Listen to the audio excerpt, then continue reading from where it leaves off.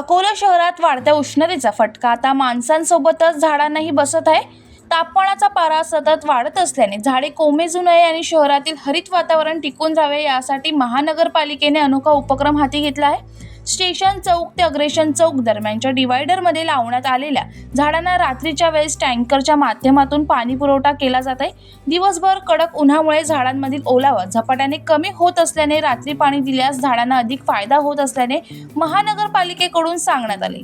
विशेष म्हणजे शहरातील वाढत्या उष्णतेत हिरवाई टिकवण्यासाठी प्रशासनाकडून सातत्याने प्रयत्न सुरू आहेत। रात्री उशिरापर्यंत टँकरद्वारे झाडांना पाणी दिले जात असल्याचे चित्र अकोल्यात पाहायला मिळत आहे। या उपक्रमामुळे पर्यावरण प्रेमीकडून महानगरपालिकेच्या कामाचे कौतुक केले जात असून झाडे वाचली तर शहर श्वास घेईल अशी भावना नागरिक व्यक्त करत आहेत। दीपक गवई, जनशक्ती, अकोला।